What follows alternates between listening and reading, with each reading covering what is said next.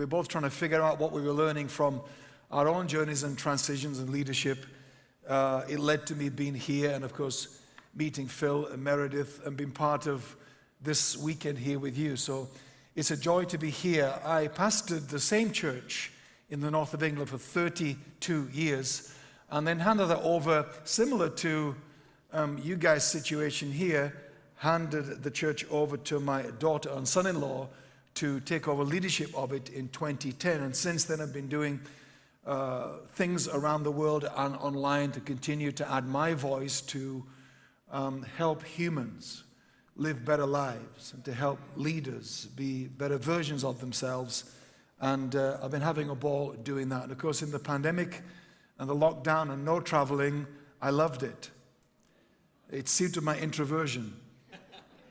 Lockdown is no problem for introverts. We are good in a cave, because I'm on the hermit spectrum of introversion. So I love that, but I'm so glad to be here in person with you all and to meet people that I've only met on Zoom and find out that they have legs. Because you only see this on Zoom. Some of you are like, what's he talking about? They don't know what Zoom is, but trust me, it's saved a lot of our lives and kept us connected in so many ways. I thought today I would like to speak to you about a word and a concept and an experience and a season of life called transition. Everybody say transition. Say it again. One more time.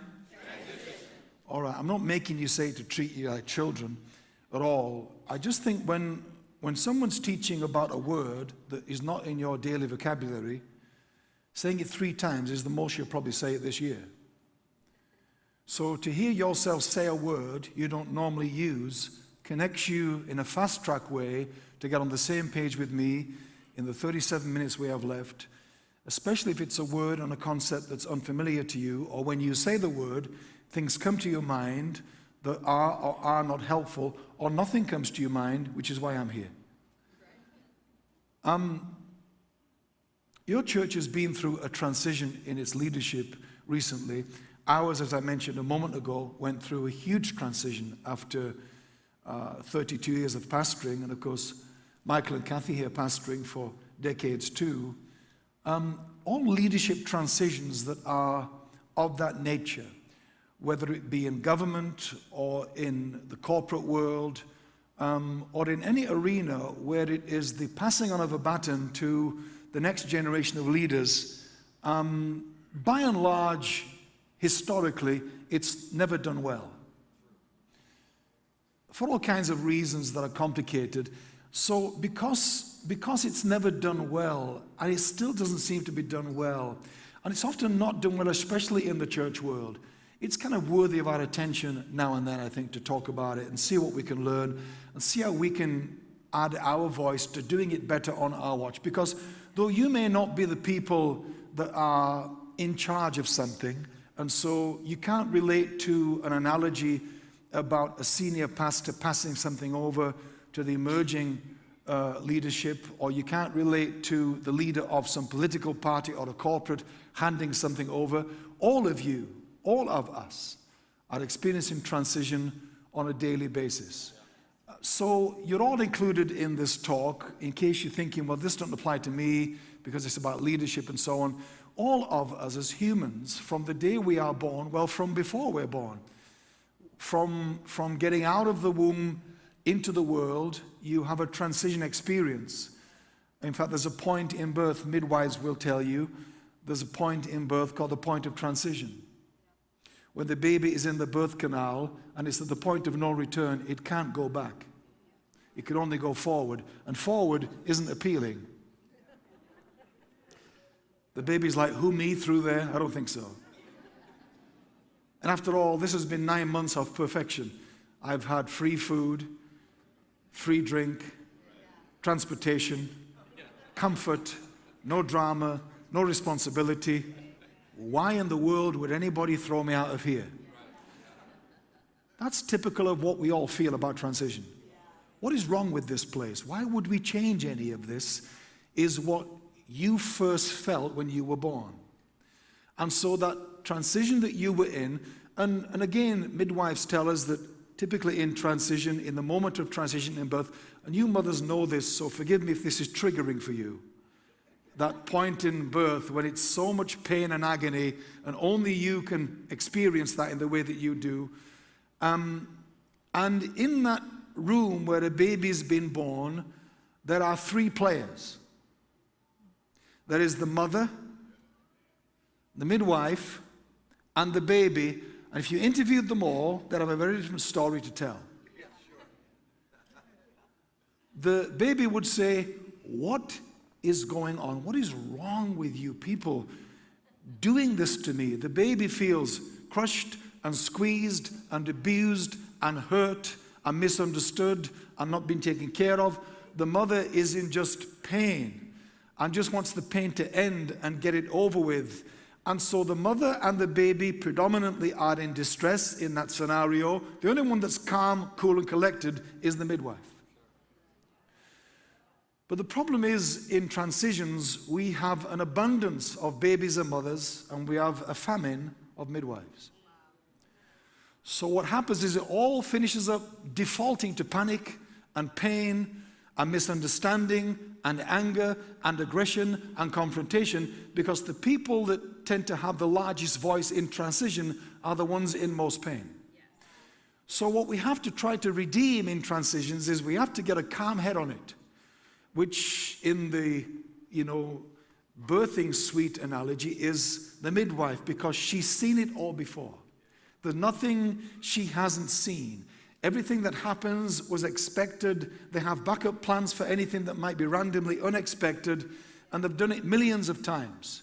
And so I think those three figures, you have to decide in your own personal transition, as well as any other persons you're involved in, what do you bring to the table? Because honestly, when you're in transition, and I'm the baby, I'm the one going through the transition, I don't need another baby talking to me. Or if I'm the mother in pain, I don't need another mother swapping pain stories with me. You think yours is bad, let me tell you about what I'm going through. But misery loves company, and we do find each other. And so I want the midwives to find the midwives and swap stories. So in my own transitions in life, and yours too, I want to appeal to you to move more towards the space of this overview. The midwife version of transition is like sending up a drone. And you're looking down on it, on the room, from a drone perspective. And you can see all the players. You can anticipate what's coming. You can see cause and effect and be ahead of the curve because you have a drone. And every one of you have an inbuilt drone in your humanity. It's called self-awareness. But the problem is with self-awareness statistically, and I think it's true from my own life and experience of thousands and thousands of people over the years that I and many of you are aware of and have helped and listened to and read of and so on, 90% statistically of humans have little to zero self-awareness. And yet self-awareness is perhaps one of the top 5 human superpowers. It is the original form of consciousness Adam and Eve had.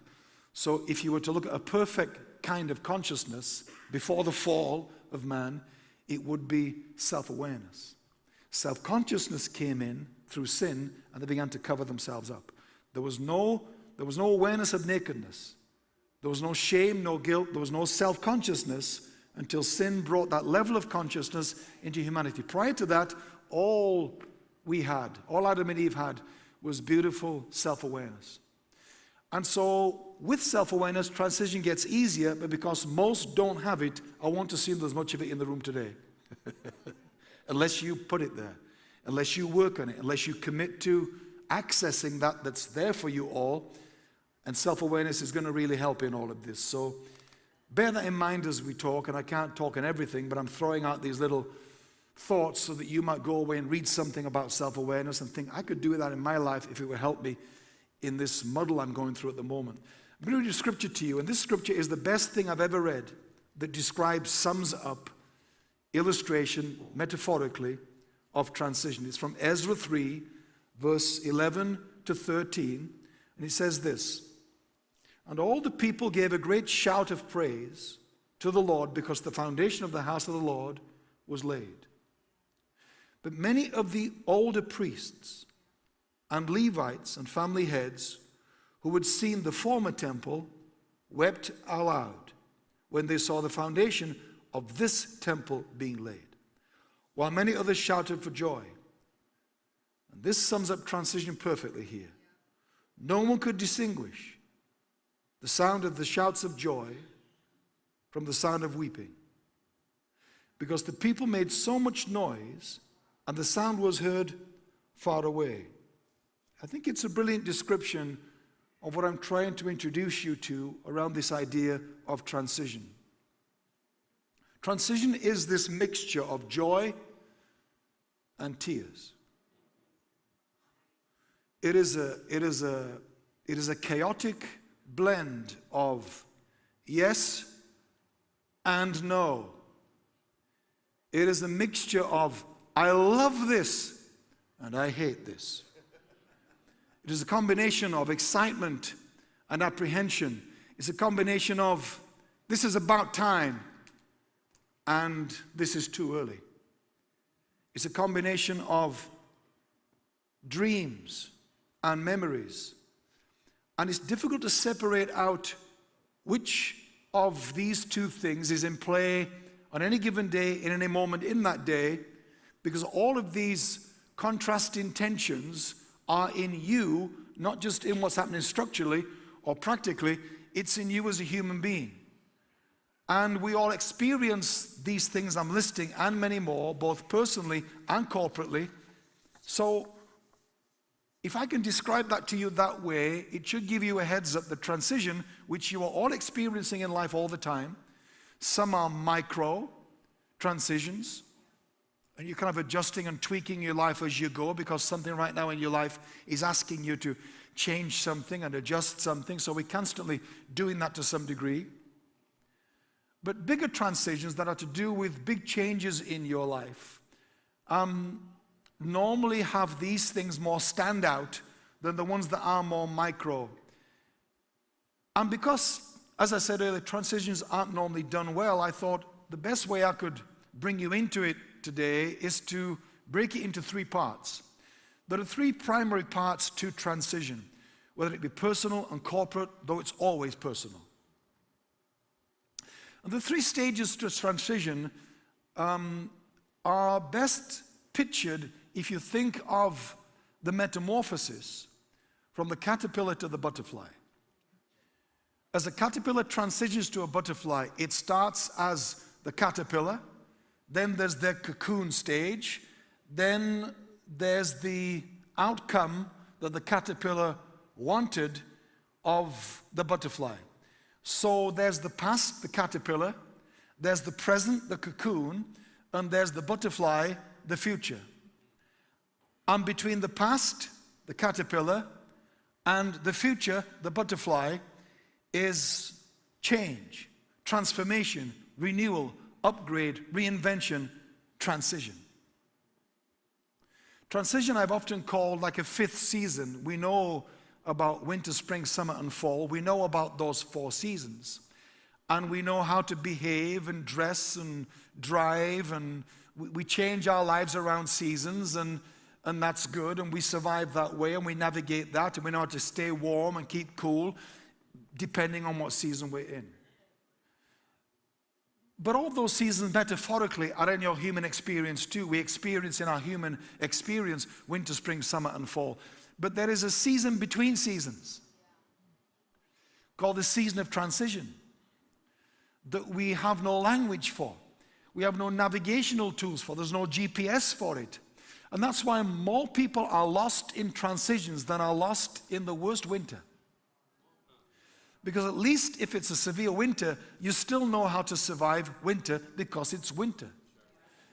But because we don't know what transition looks or feels like, or how we are to behave, or what do we wear, or how do we respond, and who are we in transition, because we are completely disoriented, like the baby in the birth canal, we don't know what to do in transition. And so what we tend to do is run back to where we came from. Because where we came from is safe, is predictable, there's a degree of certainty and comfort in that.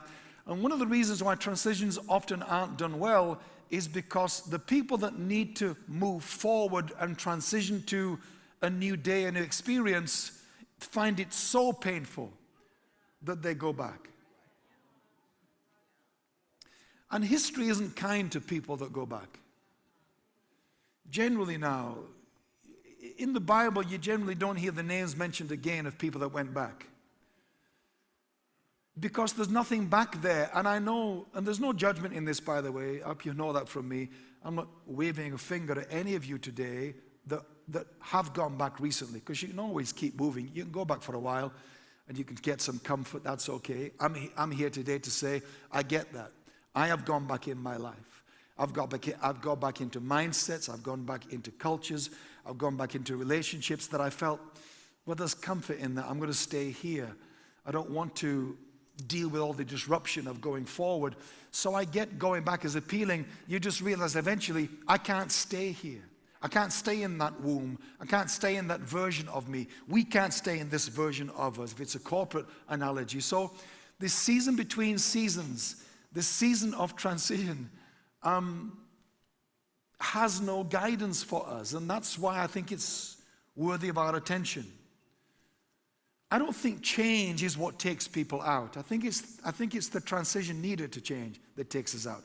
I think we all realize that change is a given, and so we welcome change, I suppose, mentally. We say, yes, we need to change. Yes, we believe in change until change is required of us. And what takes us out isn't so much we don't want to change. We do want to change. We do want to grow. But no one told us it's going to involve that.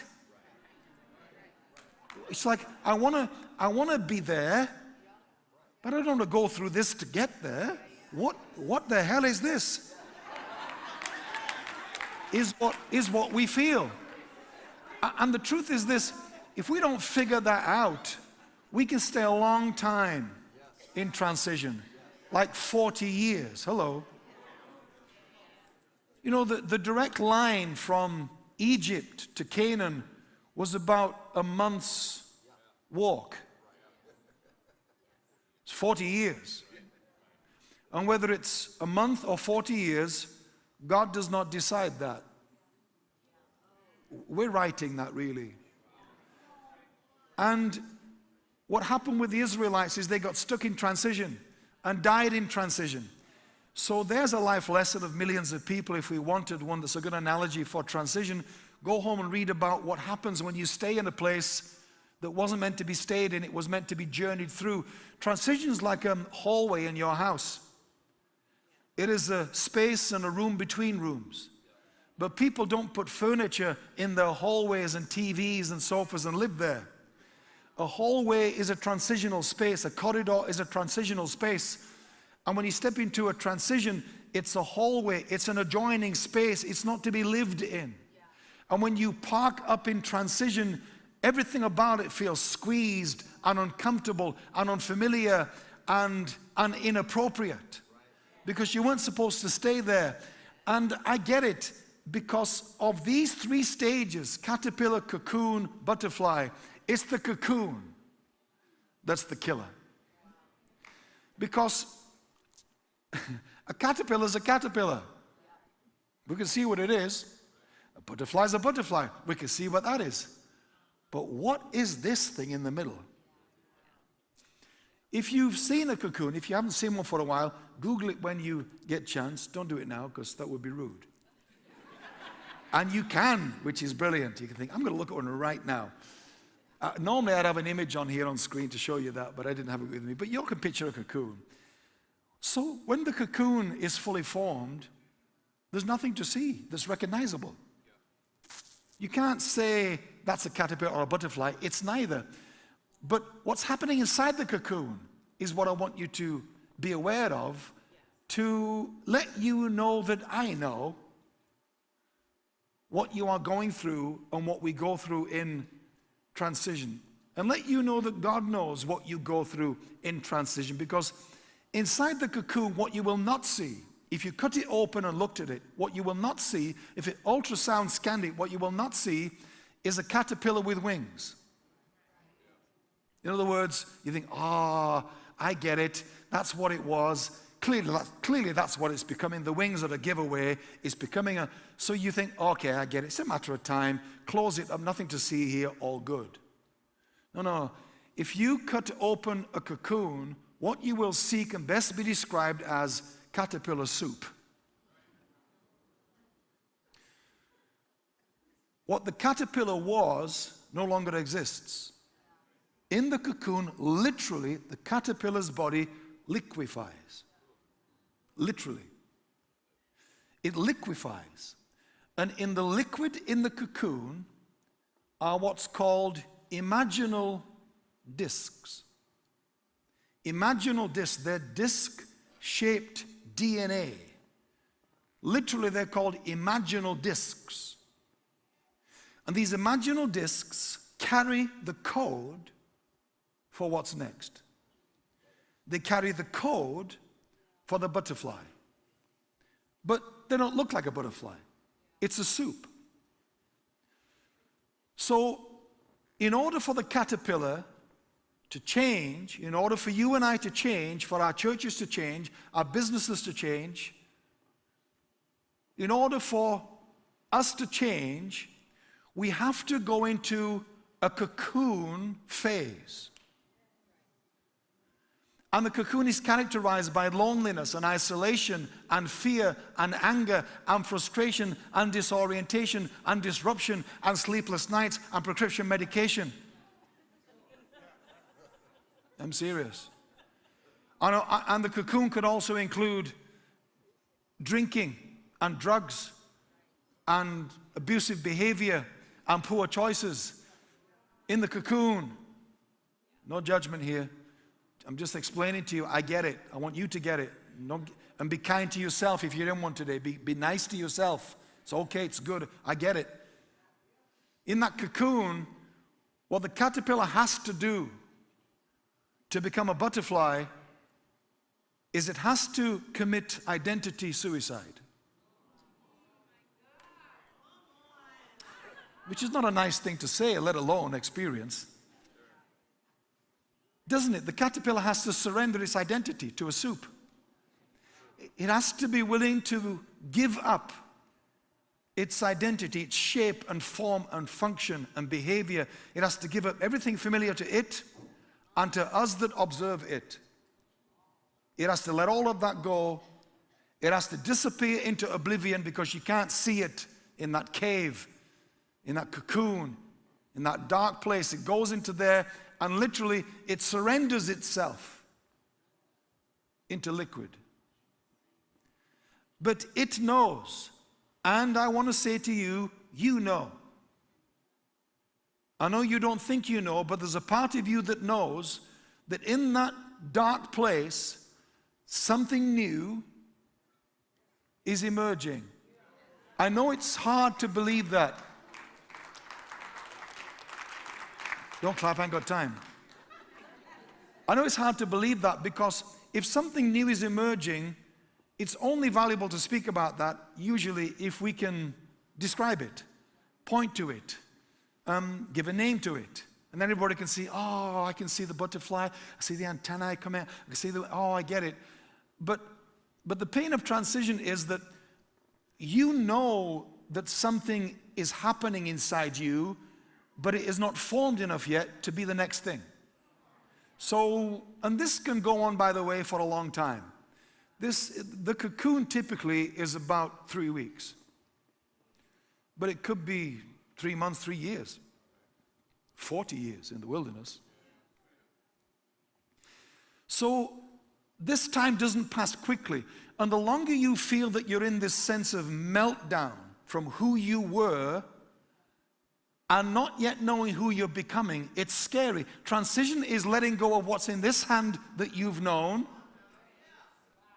while reaching around with this hand for something else that's not coming yet. And transition is about having nothing in either hand for a while. That's scary. It's that I'm not this anymore, but what else am I then? And this is why I've often said to people in transition, because one of the things I learned about my transitions has been that transition is not to do with function and role and job and place and money and what I'm going to do next. Transition isn't to do with doing. It's to do with becoming and being. And so it allows me to say to you, what I mean by that is the next thing in our lives always comes out of the next you. Who you are becoming should determine what you are going to be doing. And what happens in transition is because we don't understand, I have to melt down who I've been, to let that go of all my attachment to that identity, all my ego attachment to it, all my security I got from it, all my friends that gathered around that version of me, all my mindsets that were gathered around that version of me, all that version of me built and achieved, all the relationships that version of me built. I've got to be willing to let all of that go in order to move through to the next version of me. And whatever is destined to travel with me, whatever is a perennial plant, not an annual plant, but a perennial, whatever is a perennial thing in my life, it's going to be with me in the next phase. I don't need to worry about that. When I emerge through the cocoon, whatever's to be kept will stay with me. Whatever was to be lost, I'm willing to let that be lost by the meltdown in between. And the cocoon is about you and I letting go of our attachment to an old version of us because we don't believe a better one could ever be possible. Especially if people that, and this is the problem with transition, the people that knew the old you for years. This is what my problem pastoring, the people that have been in the church with me for, 10 plus years and some 20 years. The people that were used to an old version of me, when I began to transition and transform to a new version of me, they were the ones who struggled the most. I mean, I was struggling the most, but they were struggling watching me reinvent. And so many conversations I had that were taking me back to the caterpillar me that I had no interest in anymore. And some of you can know what I'm talking about here because you're going through it right now, where you are involved in conversations with people who you used to talk that stuff with, but you've moved on. And you kind of think, I don't bump into him or her, because every time it's the talk I get into, every time within seconds, it's a conversation about stuff I'm not interested in anymore, but they haven't moved on and upgraded, and so they just assume that you're the same person. And how do you say to someone, I'm not there anymore. I moved. I left town. I used to be that, but I'm not anymore. How do you say that briefly and kindly? It's difficult, isn't it? So you have to ghost people. You have to sort of go dark in the hope they don't track you down anymore, because you realize that when you bump into them, even that 5 minutes is so freaking uncomfortable, because they've parked upon an old version of you, and you're going through that cocoon, you're becoming a new version. And the thing is, people that remember you how you were don't want that you to change, because they love that version of you. And you used to love that version of you, but now you don't anymore. And this is why most people don't survive transition, and most people go back because they're dragged back by the caterpillar crowd. And I got to tell you, in nature and in life, there's not a lot in common between an earth-bound caterpillar and a beautiful butterfly. They don't hang around together. Even though they share a common history, they don't hang out together. They have completely now different trajectories in life, different possibilities and potentials become options to them.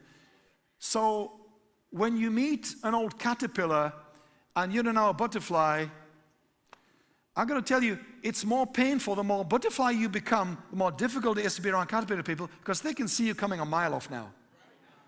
It's now getting more and more obvious that you are not that person. And this is particularly difficult, by the way, if it's your spouse, your kids, your relatives, the closest people to you. That's particularly difficult, because these are people you love and who are not usually optional in your life. So it's more difficult when you're doing life with people closely who also don't understand the nature of your transition. And so that gets more nuanced and complex as this thing goes by. You all okay? Yes. A few more minutes, then I'll get out of your way. Now, add into all of this a pandemic. What? Pandemic was an enforced transition for lots of us and lots of organizations because it created the loss of so many things that in many ways was a good thing, because I think many of us would have clung on to things the pandemic took from us. So the pandemic forced an accelerated sense of reinvention for many people and organizations. So I think generally I'm seeing that as a good thing. But when you are going through a transition, as your church was, and many organizations were, and then on top of that, you throw in lockdown and the pandemic and all of that stuff that none of us had any GPS for. When you add that into it, then the transition feels all the more dramatic and falsely exaggerated because of the other circumstances that you have no control over that happen to be going on at the same time. It's amazing what's going on at the same time as anything in your life, how it affects your life, but it's nothing to do with you, like a war in the Ukraine, or a change in the economy, or something that happens in the world like the death of our queen. Everything just went on hold. No more news on our TV shows for a whole week except the queen and all. I don't know if you got much of that feed over here. And we love the queen, but you're like, really? Maybe 3 days.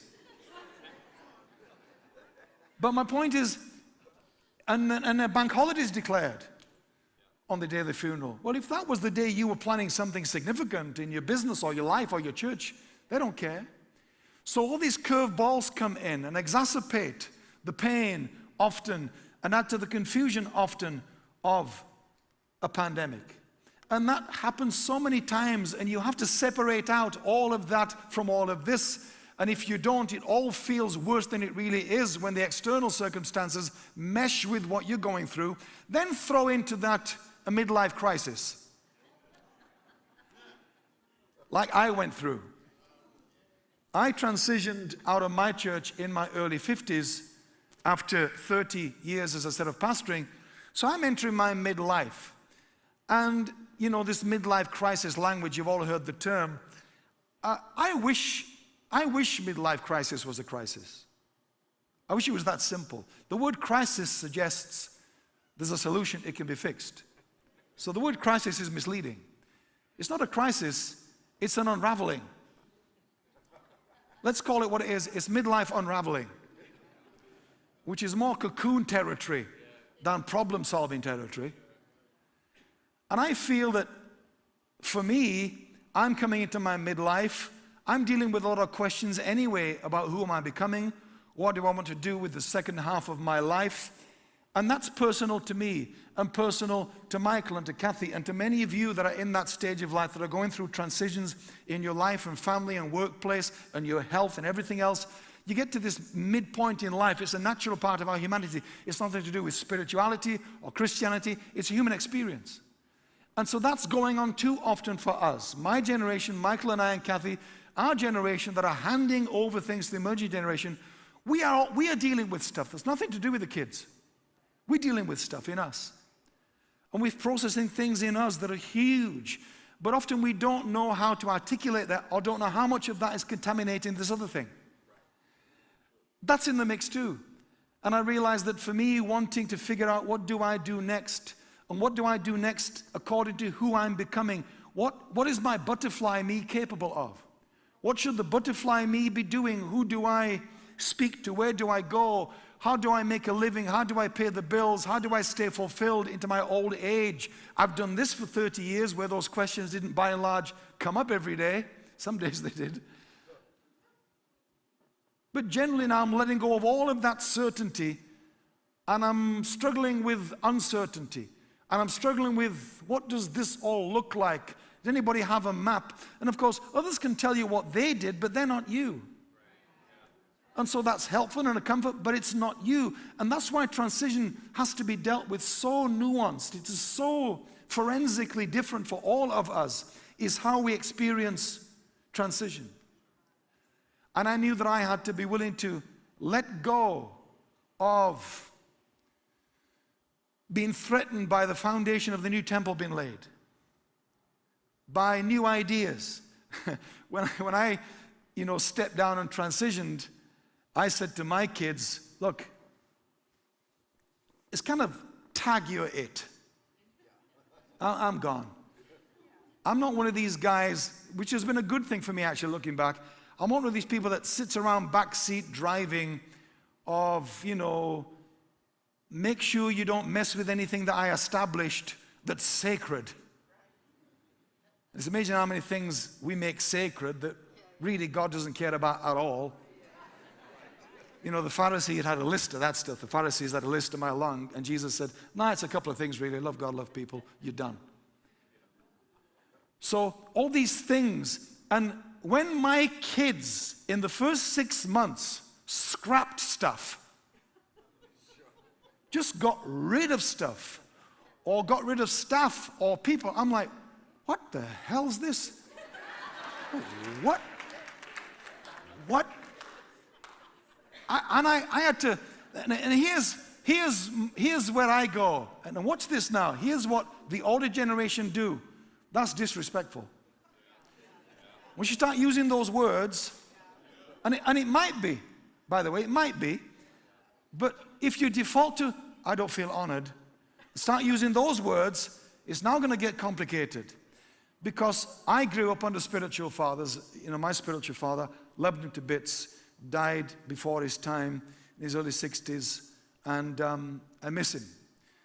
But I had to separate from him, and it wasn't a good separation because of the control and manipulation. All that stuff was part of my transitioning away from his leadership culture that I grew up in for 25 years. So I knew that I also was the guy earlier on, being the emerging generation, wanting to handle things well, and I loved that man with all my heart. I loved him to a fault. I was loyal to a fault.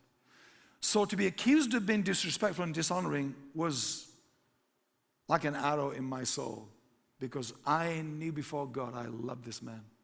I'd do anything for this guy. So the hint of being disrespectful is disproportionately hurtful when you know how much you love a person. So when that language starts being thrown around, so I thought, okay, I'm not going to do that with my kids. I'm just going to stand at a distance, watch them obliterate stuff that killed me to get established, and think, yeah, I'm good with that. And realize that everything that was replaced or improved or upgraded or done better than what I did, I knew it was this for me. Do I park up weeping because the new thing triggers me about the loss of the old thing? The foundation of the new triggers the emerging generation to say, yes, about time, this is great. And the older priests and Levites are weeping because the new says to them, but what about all that stuff that we did? What about the old temple where we first met Christ and we first discovered that and we first had this encounter with God? And it's all of that. And when the new breed gets in charge, we can all feel there's no deference, there's no respect, there's no care with all those things. And often that's true as well. And the emerging generation do need, I think, a conversation about love and respect and honor and wisdom. That's a good conversation to have, but it can't be one that has this energy attached to it. So I would just watch things, and I'd hear on the grapevine, because I took myself out the loop of, well, did you hear, that this got changed? And it was a change of something that I felt kept me up at night, to put it there.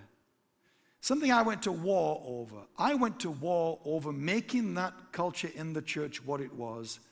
Now I feel it's been tampered with. So I got upset and had to deal with that and realized at the end of the day, none of it really matters, because the essence of what we built was still intact. And the essence of the vision, the big idea we had, none of that was threatened by changing a name or a staff member or a function that we had, or a role, or an event, or a conference, or whatever, changing branding or names. They even changed the name of the church on me. I know. How rude is that? So I'm having a little pity party with God one day because they changed the name of the church. I'm like, what? What? And you know what I got from God? Nothing. I was like, get over it. Suck it up. Stop being a baby. Or some version of that is what I felt I was getting from God. I mean, just completely terrible parenting from God. Seriously, it's like, what? Shepherd of my soul, are you kidding me?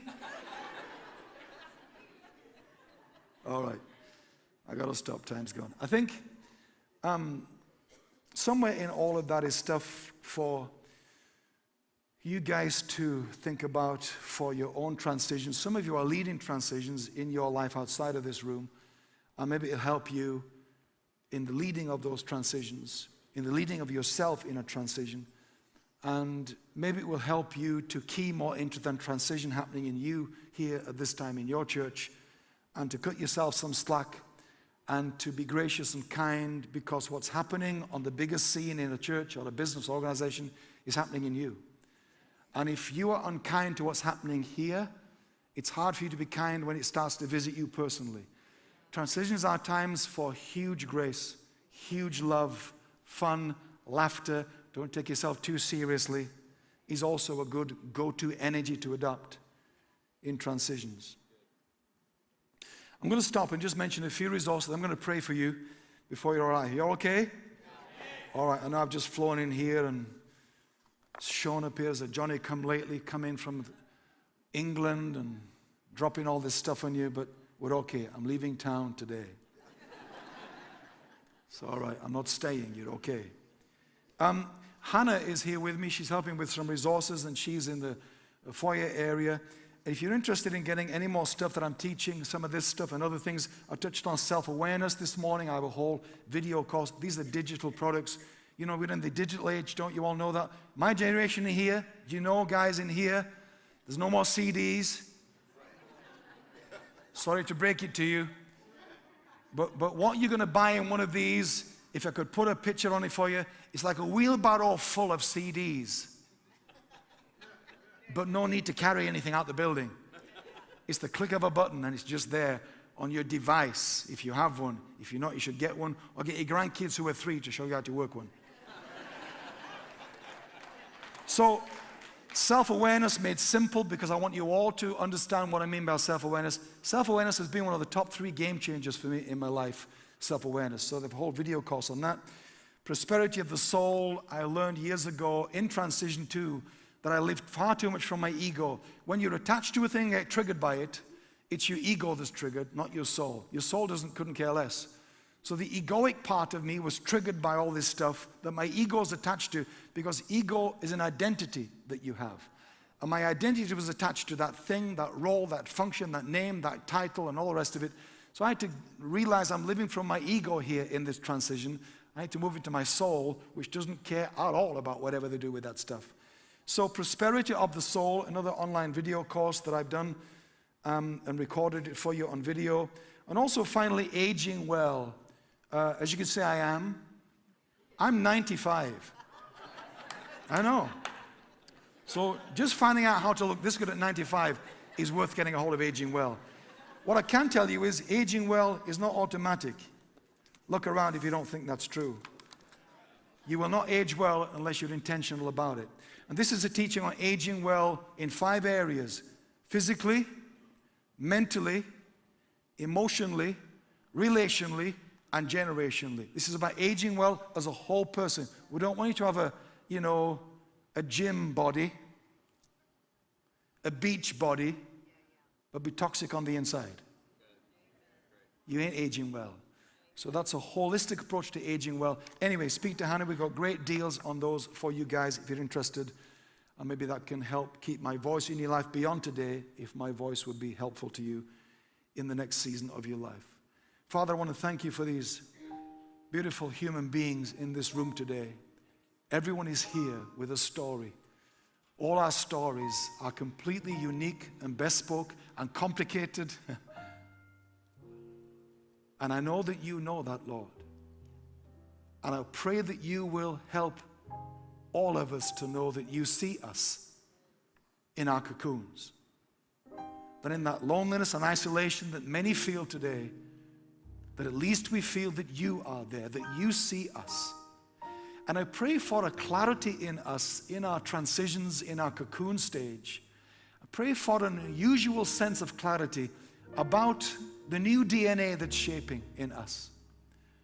I pray that we'll have a radar and an awareness of the butterfly and a fading awareness of the caterpillar. I pray you'll help us to find the courage to lean in to what's next with joy, instead of parking up and weeping over what was. Help us, Lord, to not create a wall of division between the old priests and the emerging generation. Help us to make new things new and enjoy and rejoice in them, so that together we can join hands and arms and both of us say thank you that we did this well.